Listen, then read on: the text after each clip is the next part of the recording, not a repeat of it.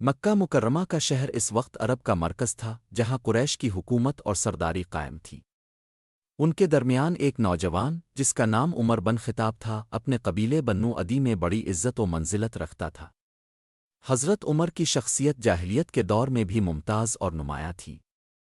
وہ قریش کے ان چند افراد میں سے تھے جو لکھنا پڑھنا جانتے تھے اور زبان و بیان پر مکمل عبور رکھتے تھے۔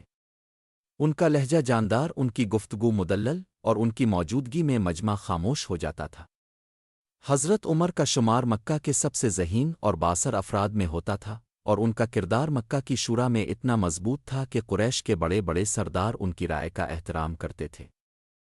حضرت عمر نہ صرف ذہانت میں بلند تھے بلکہ جسمانی قوت میں بھی کسی سے کم نہ تھے۔ وہ لمبے قد، چوڑے سینے اور جری طبیعت کے مالک تھے۔ لڑائی جھگڑے، گھڑ سواری، نیزہ بازی اور تلوار بازی میں ماہر تھے۔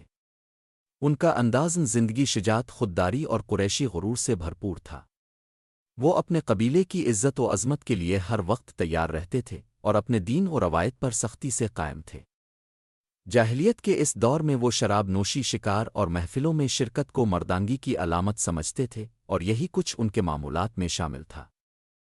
جب رسول اللہ نے نبوت کا اعلان فرمایا اور دعوت اسلام کا آغاز کیا تو حضرت عمر کا رد عمل شدید تھا۔ ان کا دل اس نئی دعوت کو قبول کرنے کے لیے تیار نہ تھا۔ ان کے نزدیک یہ دین قریش کی روایت، بت پرستی اور قبائلی نظام کے خلاف ایک بغاوت تھی۔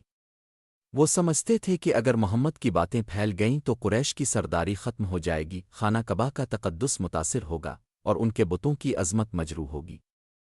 یہی وجہ تھی کہ حضرت عمر اسلام کے سخت مخالف بن گئے۔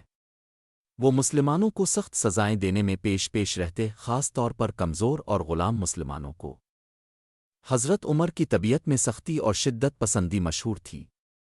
وہ جو بات درست سمجھتے اس پر پوری طاقت سے ڈٹ جاتے، چاہے اس کے لیے کسی سے بھی ٹکرا جانا پڑے۔ اسلام کے خلاف ان کا رویہ بھی کچھ ایسا ہی تھا۔ انہوں نے خود کئی بار مسلمانوں کو اذیت دی۔ وہ اسلام کو ختم کرنا چاہتے تھے۔ ایک مرتبہ ان کے غصے کی شدت اس حد تک پہنچ گئی کہ انہوں نے نبی کریم کو قتل کرنے کا ارادہ کر لیا۔ تلوار نکالی اور راستہ پکڑ لیا، مگر اللہ کی قدرت دیکھیے کہ یہ ارادہ ہی بعد میں ان کی زندگی کا سب سے بڑا موڑ بن گیا۔ وہ لمحہ جب وہ قتل کے ارادے سے نکلے، ایمان کے راستے پر لے آیا۔ یہ تفصیل اگلے باب میں بیان کی جائے گی۔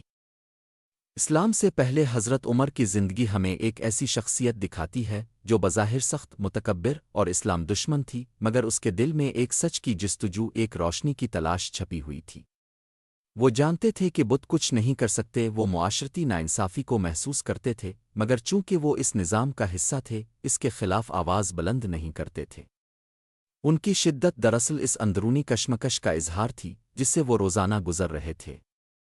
حضرت عمر کی شخصیت کے دو پہلو تھے، ایک وہ جو مکہ والے دیکھتے تھے، طاقت، قیادت، غرور، اور دوسرا وہ جو صرف وہ خود جانتے تھے، دل میں چھپی ہوئی ایک بے چینی، ایک تلاش۔ یہی تلاش انہیں ایک دن حق کے قریب لے گئی۔ قریش کے معاشرے میں حضرت عمر کا مقام بہت اونچا تھا۔ جب وہ کسی بات کے حق میں بولتے تو لوگ سنتے، جب وہ کسی بات کے خلاف ہوتے تو لوگ رک جاتے۔ ان کی رائے قریش کی سیاست میں بڑی اہمیت رکھتی تھی۔ جب حضرت عمر نے اسلام کے خلاف سخت موقف اختیار کیا تو قریش نے اسے بڑی خوشی سے قبول کیا، کیونکہ ان جیسے بااثر شخص کا اسلام کے خلاف ہونا ان کے لیے تقویت کا باعث تھا۔ اسلام سے پہلے حضرت عمر کے کئی واقعات ہمیں ان کی جاہلانہ زندگی کا اندازہ دیتے ہیں۔ ان کی زندگی کا ہر پہلو اس وقت کے عرب معاشرے کی عکاسی کرتا ہے۔ عورتوں پر ظلم، غلاموں کی بے قدری، طاقتور کا غلبہ، کمزور کا استحصال، یہ سب وہ رویے تھے جو اس وقت کے معاشرے میں عام تھے، اور حضرت عمر بھی ان سے مستثن نہ تھے۔ مگر اس سب کے باوجود حضرت عمر کے دل میں سچ اور عدل کی چنگاری ہمیشہ سے موجود تھی۔ ان کے فیصلے اکثر انصاف پر مبنی ہوتے تھے۔ وہ جھوٹ کو پسند نہ کرتے تھے۔ وہ اپنے قبیلے کے ساتھ بے حد وفادار تھے اور اپنے مقصد کے لیے ہر حد تک جانے والے انسان تھے۔ یہی خصوصیات بعد میں ان کے اسلام قبول کرنے کے بعد خوب نکھر کر سامنے آئیں۔ یہ باب ہمیں یہ سکھاتا ہے کہ اللہ تعالیٰ جب کسی کو ہدایت دینا چاہے تو اس کے لیے راستے خود بخود ہموار ہو جاتے ہیں۔ جو شخص اسلام کا سب سے بڑا دشمن ہو وہی ایک دن اسلام کا سب سے بڑا محافظ بن سکتا ہے۔ حضرت عمر کی زندگی کا یہ پہلا باب ہمیں یہ سبق دیتا ہے کہ کبھی کسی کے حال کو دیکھ کر اس کے مستقبل کا فیصلہ نہ کریں، کیونکہ دلوں کا حال صرف اللہ جانتا ہے۔ جب مکہ کی سرزمین پر نبی کریم نے توحید کا پیغام بلند کیا تو یہ اعلان قریش کے سرداروں کے لیے بجلی بن کر گرا۔ حضرت عمر بن خطاب، جو اس وقت اسلام کے شدید مخالفین میں سے تھے، اس نئی دعوت کو نہ صرف ناپسند کرتے تھے بلکہ اسے خطرہ سمجھتے تھے۔ لیکن سوال یہ پیدا ہوتا ہے کہ حضرت عمر جیسے ذہین، انصاف پسند اور بااثر شخص کو اسلام سے اتنی سخت نفرت کیوں تھی؟ کیا صرف پرانی روایات کا اثر تھا، اس کے پیچھے کچھ اور عوامل بھی چھپے ہوئے تھے؟ اسلام کی دعوت در حقیقت صرف ایک مذہبی پیغام نہیں تھا بلکہ ایک مکمل انقلابی نظام تھا جو جاہلیت کے معاشرتی، معاشی اور اخلاقی ڈھانچے کو چیلنج کر رہا تھا۔ حضرت عمر جیسے شخص، جن کی حیثیت قریش میں عزت و طاقت کی علامت تھی، اچھی طرح جانتے تھے کہ اگر اسلام پھیل گیا تو قریش کے بنائے گئے سماجی اصول، بت پرستی، طبقاتی تفریق اور غلامی کا نظام سب منہدم ہو جائے گا۔ وہ یہ سمجھتے تھے کہ اسلام صرف ایک دین نہیں بلکہ ایک ایسی طاقت ہے جو پورے عرب کی سیاست، معیشت اور معاشرت کو بدل دے گی، اور یہی وہ بنیادی وجہ تھی جس نے حضرت عمر کو سخت ردعمل پر مجبور کیا۔ حضرت عمر ایک قریشی سردار تھے، اور قریش کے سرداروں کے لیے ان کا مقام و مرتبہ بہت اہم تھا۔ وہ خانہ کعبہ کی تولیت، بتوں کی حفاظت، قبائلی سرداری اور عرب میں قریش کی قیادت کو ایک فطری حق سمجھتے تھے۔ اسلام نے جب یہ اعلان کیا کہ صرف اللہ کی بندگی کی جائے اور تمام انسان برابر ہیں، تو یہ قریش کے لیے ناقابل قبول بات تھی۔ حضرت عمر بھی اسی سوچ کے علمبردار تھے۔ ان کے دل میں یہ خوف بیٹھا ہوا تھا کہ اگر اسلام کو آزادی سے پھیلنے دیا گیا تو قریش کی برتری، ان کے رسم و رواج اور ان کا پورا نظام زندگی ختم ہو جائے گا۔ ایک اور اہم وجہ حضرت عمر کی اسلام سے نفرت کی یہ تھی کہ وہ نبی کریم کے خاندان اور پس منظر کو جانتے تھے۔ وہ جانتے تھے کہ اب صادق اور امین ہیں، لیکن ان کے نزدیک یہ ممکن نہیں تھا کہ ایک انسان اچانک نبوت کا دعویٰ کرے اور پورے مکہ کے عقائد کو جھٹلا دے۔ حضرت عمر کی طبیعت میں شدت اور غصہ پہلے سے موجود تھا، اور اسلام کے خلاف یہ غصہ صرف نظریاتی اختلاف نہیں تھا بلکہ ایک سیاسی و سماجی خطرے کا رد عمل بھی تھا۔ حضرت عمر بن خطاب اپنی شدت، غیرت اور جاو جلال کے لیے جانے جاتے تھے۔ ان کی طبیعت میں نرمی کم اور سختی زیادہ تھی۔ جب انہوں نے اسلام کے خلاف کھڑے ہونے کا فیصلہ کیا تو وہ مکمل عزم کے ساتھ میدان میں نکلے۔ ان کی اسلام دشمنی صرف زبانی نہ تھی بلکہ وہ عملی طور پر بھی مسلمانوں کو اذیت پہنچاتے تھے، حتیٰ کہ ایک دن وہ تلوار لے کر نکلے کہ نبی کریم کو قتل کر دیں اور اس دین کا ہمیشہ کے لیے خاتمہ کر دیں۔ راستے میں حضرت عمر کو ایک شخص ملا جس کا نام نعیم بن عبداللہ تھا۔ جب حضرت عمر نے اپنے ارادے کا ذکر کیا تو وہ گھبرا گئے اور حکمت سے جواب دیا، پہلے اپنے گھر والوں کو تو دیکھ لو، تمہاری بہن اور بہنوئی تو خود مسلمان ہو چکے ہیں۔ یہ بات سن کر حضرت عمر کا چہرہ غصے سے سرخ ہو گیا۔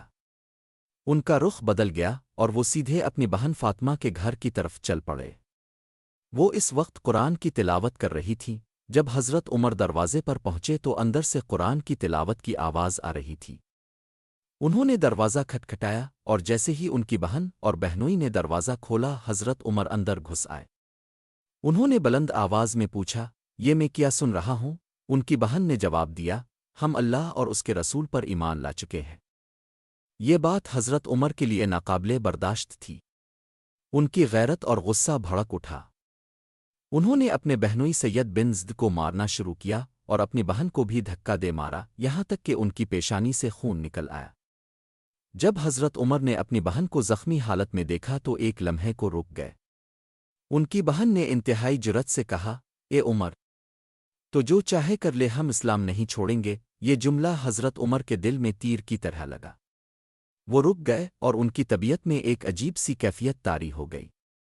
ان کی آنکھوں میں نرمی آ گئی اور انہوں نے کہا، وہ کلام مجھے دکھاؤ جسے تم پڑھ رہے تھے۔ ان کی بہن نے کہا، تم ناپاک ہو، پہلے غسل کرو پھر قرآن کو ہاتھ لگانا۔ حضرت عمر نے فوراً غسل کیا اور پھر انہوں نے سورت طٰہٰ کی آیات پڑھنی شروع کیں۔ جیسے جیسے وہ آیات ان کے لبوں سے گزرتی گئیں، ان کا دل پگھلتا گیا۔ سورت طٰہٰ کے الفاظ ان کے لیے محض لفظ نہ تھے بلکہ وہ ان کے دل میں آترتی جا رہے تھے۔ آیات میں اللہ کی وحدانیت، موسیٰ علیہ السلام کی کہانی اور انسان کو حق کی طرف بلانے کا پیغام تھا۔ جب حضرت عمر نے یہ پڑھا، نو انن انیا الیا لیا نلے نلویا انیا فین بادین، بے شک میں ہی اللہ ہوں، میرے سوا کوئی معبود نہیں، پس میری عبادت کرو۔ تو ان کے دل کا قفل ٹوٹ گیا، ان کے اندر ایک انقلاب آ گیا۔ انہوں نے لرزتی آواز میں کہا، یہ کلام کسی انسان کا نہیں ہو سکتا۔ اسی لمحے حضرت عمر کا دل بدل چکا تھا۔ وہ جو اسلام کو مٹانے آئے تھے وہ اب اس دین کو قبول کرنے کے لیے بے قرار ہو چکے تھے۔ انہوں نے پوچھا، محمد اس وقت کہاں ہیں؟ ان کی بہن نے بتایا کہ دارن ارقم میں ہیں۔ حضرت عمر تلوار ہاتھ میں لیے وہاں روانہ ہو گئے، مگر اب ان کا ارادہ قتل نہیں بلکہ بیعت کا تھا۔ جب وہ دارن ارقم کے دروازے پر پہنچے تو صحابہ کرام گھبرا گئے۔ کسی نے کہا، یہ عمر ہے اور تلوار ہاتھ میں ہے۔ حضرت حمزہ نے کہا، اگر نیت خیر کی ہے تو ٹھیک، ورنہ میں اس کی گردن اڑا دوں گا۔ مگر جیسے ہی حضرت عمر نبی کریم کے سامنے آئے، ان کی آنکھوں میں آنسو تھے اور زبان پر یہ الفاظ تھے، آ رسول اللہ، میں اللہ اور اس کے رسول پر ایمان لاتا ہوں۔ یہ وہ لمحہ تھا جب مکہ کی فضاؤں میں نعرہ تکبیر بلند ہوا۔ مسلمان جو چھپ کر نماز پڑھتے تھے اب حضرت عمر کی میت میں کھلم کھلا بیت اللہ میں جا کر نماز ادا کرنے لگے۔ حضرت عمر کی اسلام میں شمولیت نے دشمنوں کے دل دہلا دیے اور مسلمانوں کے حوصلے بلند کر دیے۔ اس باب میں ہم دیکھتے ہیں کہ ایک سخت دل انسان بھی اگر اخلاص کے ساتھ اللہ کے کلام کو سن لے تو اس کا دل موم بن جاتا ہے۔ حضرت عمر کے دل کی یہ تبدیلی ایک بہن کے صبر، قرآن کے اثر اور سچ کی تلاش کی بدولت ممکن ہوئی۔ یہ واقعہ ہمیں یہ سکھاتا ہے کہ ہدایت کبھی زبردستی نہیں آتی بلکہ وہ دل کے دروازے کھولنے سے آتی ہے۔ حضرت عمر کے دل میں جب نور ہدایت آتر چپکا اور قرآن کی آیات ان کے دل کو چھو چکی تھی تو وہ دیر نہ کرتے ہوئے فوراً دارن ارقم پہنچے۔ یہ وہ مقام تھا جہاں رسول اللہ اور صحابہ کرام خفیہ طور پر جمع ہوا کرتے تھے۔ دروازہ کھٹکھٹانے پر صحابہ نے خوف محسوس کیا کیونکہ حضرت عمر تلوار سمیت وہاں پہنچے تھے۔ مگر جب رسول اللہ نے دروازہ کھولا اور حضرت عمر کو دیکھا تو وہ بغیر کسی خوف کے آگے بڑھے اور کہا، آ رسول اللہ، میں اللہ پر، اس کے رسول پر اور اب کی لائی ہوئی شریعت پر ایمان لاتا ہوں۔ یہ اعلان سن کر دارن ارقم کی فضائیں اللہ اکبر کے نعروں سے گونج اٹھیں۔ صحابہ کرام کی آنکھوں میں خوشی کے آنسو تھے۔ وہ شخص جو کچھ لمحے پہلے اسلام کا سب سے بڑا دشمن تھا اب اسلام کا سپاہی بن چکا تھا۔ حضرت عمر کا اسلام لانا ایک نئے دور کا آغاز تھا۔ اب تک مسلمان چھپ کر عبادت کرتے تھے، لیکن حضرت عمر نے کہا، آ رسول اللہ، کیا ہم حق پر نہیں؟ تو پھر چھپ کیوں رہے ہیں؟ اسی لمحے رسول اللہ نے دو صفیں بنوائیں، ایک صف کی قیادت حضرت عمر نے کی اور دوسری حضرت حمزہ نے۔ دونوں صفیں بلند آواز سے تکبیر کہتے ہوئے بیت اللہ کی طرف روانہ ہوئیں۔ یہ وہ پہلا موقع تھا جب مسلمانوں نے کھل کر کعبہ میں نماز ادا کی۔ قریش یہ منظر دیکھ کر دنگ رہ گئے۔ حضرت عمر نے ان کے غرور کو چکنا چور کر دیا۔ حضرت عبداللہ بن مسعود فرماتے ہیں، عمر کا اسلام ہمارے لیے ایک فتح تھی، ان کا ہجرت کرنا ہماری مدد اور ان کی خلافت اللہ کی رحمت۔ حضرت عمر نے صرف اسلام قبول ہی نہیں کیا بلکہ اس کی طاقت بن کر کھڑے ہو گئے۔ انہوں نے ہر اس شخص کو جا کر بتایا جو ان کے دل میں اسلام کے خلاف زہر بھرا کرتا تھا۔ سب سے پہلے ابو جہل کے دروازے پر جا کر خود اعلان کیا، میں مسلمان ہو چکا ہوں، جو کچھ کرنا ہے کر لو۔ حضرت عمر کا ایمان لانا صرف ان کا ذاتی فیصلہ نہ تھا بلکہ یہ اسلامی تاریخ کا سنگ میل تھا۔ ان کے اعلان کے بعد دشمنوں کے دل کانپ اٹھے اور مسلمانوں کے دل مضبوط ہو گئے۔ یہ باب ہمیں سکھاتا ہے کہ حق کی روشنی جب دل میں اترتی ہے تو انسان صرف خود نہیں بدلتا بلکہ معاشروں کی سمت بھی بدل دیتا ہے۔ حضرت عمر کا اسلام وہ روشنی تھی جس نے ظلمت کے سینے میں سوراخ کر دیا۔